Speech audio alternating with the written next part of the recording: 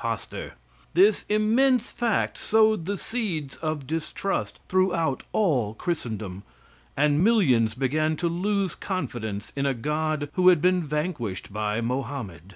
The people also found that commerce made friends where religion made enemies, and that religious zeal was utterly incompatible with peace between nations or individuals. They discovered that those who loved the gods most were apt to love men least; that the arrogance of universal forgiveness was amazing; that the most malicious had the effrontery to pray for their enemies; and that humility and tyranny were the fruit of the same tree. For ages a deadly conflict has been waged between a few brave men and women of thought and genius upon the one side, and the great ignorant religious mass on the other. This is the war between science and faith. The few have appealed to reason, to honor, to law, to freedom, to the known, and to happiness here in this world. The many have appealed to prejudice, to fear, to miracle, to slavery, to the unknown, and to misery hereafter. The few have said, think. The many have said, believe.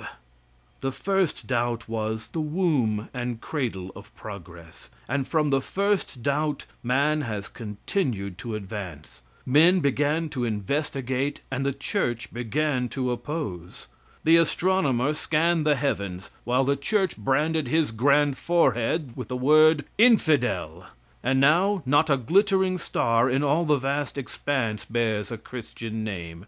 In spite of all religion, the geologist penetrated the earth, read her history in books of stone, and found hidden within her bosom souvenirs of all the ages. Old ideas perished in the retort of the chemist.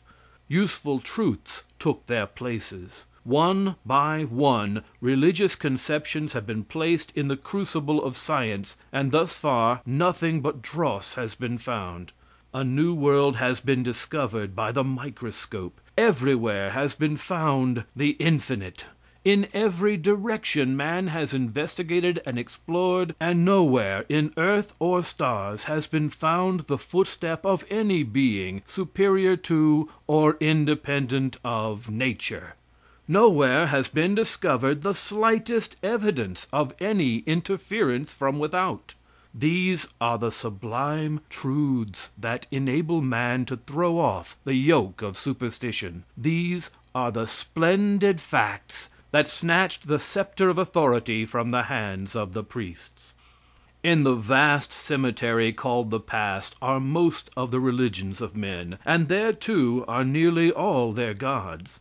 The sacred temples of India were ruins long ago. Over column and cornice, over the painted and pictured walls, cling and creep the trailing vines. Brahma, the golden, with 4 heads and 4 arms; Vishnu, the somber, the punisher of the wicked, with his 3 eyes, his crescent, and his necklace of skulls; Shiva, the destroyer, red with seas of blood; Kali, the goddess; Draupadi, the white-armed; and Krishna, the Christ, all passed away and left the thrones of heaven desolate.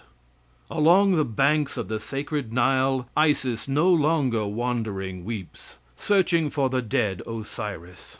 The shadow of Typhon's scowl falls no more upon the waves. The sun rises as of yore, and his golden beams still smite the lips of Memnon, but Memnon is as voiceless as the Sphinx. The sacred fanes are lost in desert sands. The dusty mummies are still waiting for the resurrection promised by their priests. And the old beliefs, wrought in curiously sculptured stone, sleep in the mystery of a language lost and dead.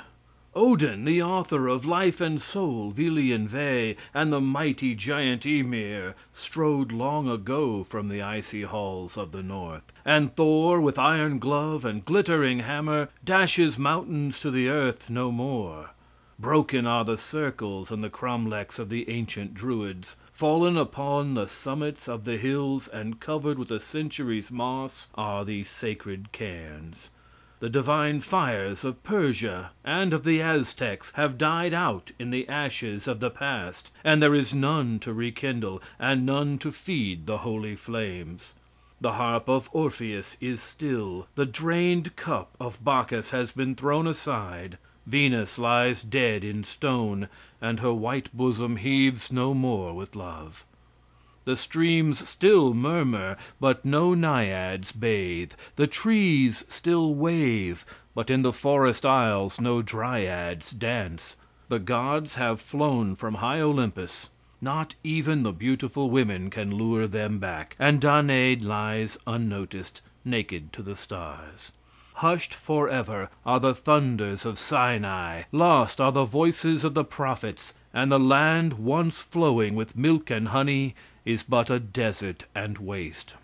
One by one the myths have faded from the clouds, one by one the phantom host has disappeared, and one by one facts, truths, and realities have taken their places. The supernatural has almost gone, but the natural remains. The gods have fled, but man is here. Nations, like individuals, have their periods of youth, of manhood and decay. Religions are the same inexorable destiny awaits them all. The gods created by the nations must perish with their creators. They were created by men, and like men they must pass away. The deities of one age are the bywords of the next.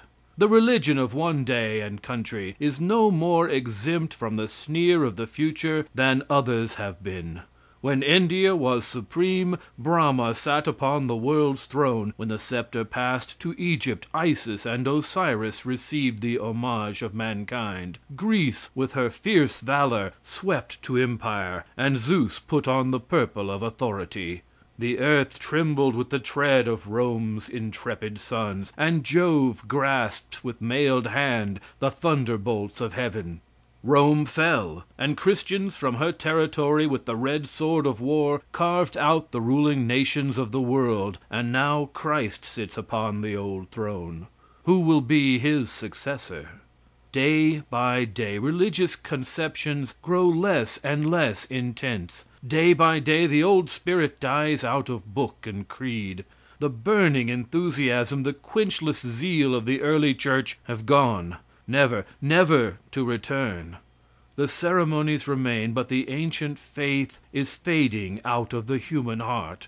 The worn out arguments fail to convince, and denunciations that once blanched the faces of a race excite in us only derision and disgust. As time rolls on, the miracles grow mean and small, and the evidences our fathers thought conclusive utterly fail to satisfy us. There is an irrepressible conflict between religion and science, and they cannot peaceably occupy the same brain nor the same world.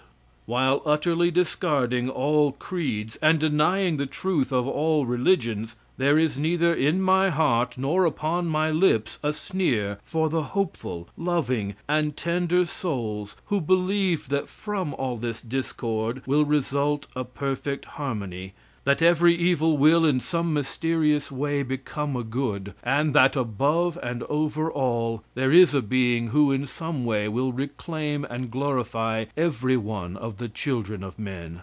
But for those who heartlessly try to prove that salvation is almost impossible, that damnation is almost certain, that the highway of the universe leads to hell, who fill life with fear and death with horror, who curse the cradle and mock the tomb, it is impossible to entertain other than feelings of pity, contempt, and scorn. Reason, observation, and experience, the holy trinity of science, have taught us that happiness is the only good, that the time to be happy is now, and the way to be happy is to make others so. This is enough for us. In this belief we are content to live and die. If by any possibility the existence of a power superior to and independent of nature shall be demonstrated, there will then be time enough to kneel. Until then, let us stand erect. Notwithstanding the fact that infidels in all ages have battled